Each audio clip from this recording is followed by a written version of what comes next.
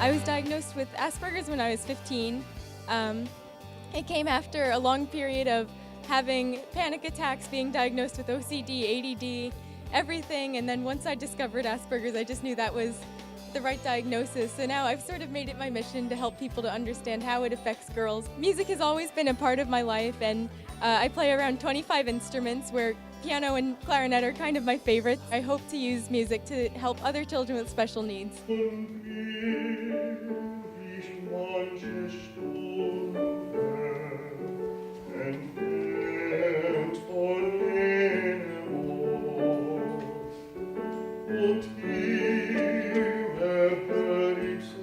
I got the singing bug when I was in college. Actually started in a church choir as a kid.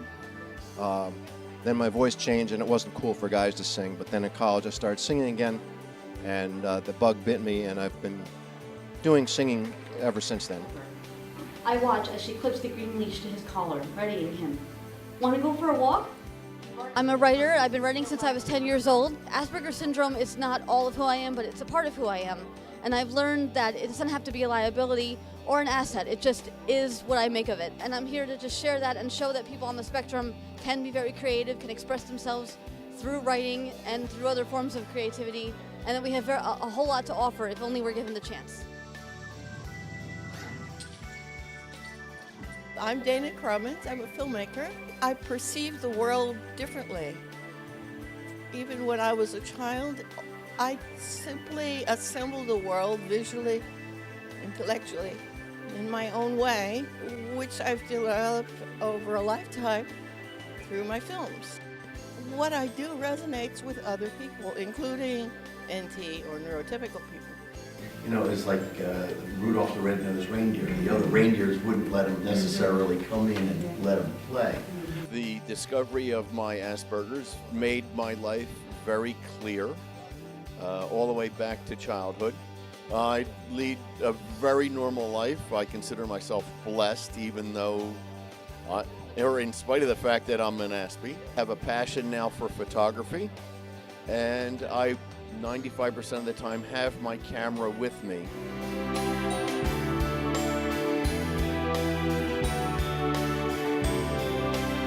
didn't really eat anything, but it fused their DNA together. And any living organism it touched was incorporated into a giant super creature. My daughter, before she died, she'd been having trouble sleeping.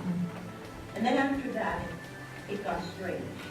Since the beginning of time, I've always not fit in with anybody. I always was the misfit.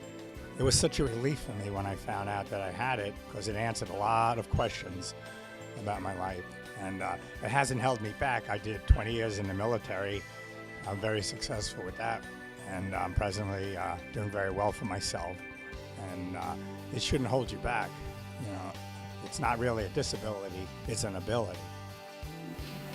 For people to illustrate kind of what it's like to be autistic.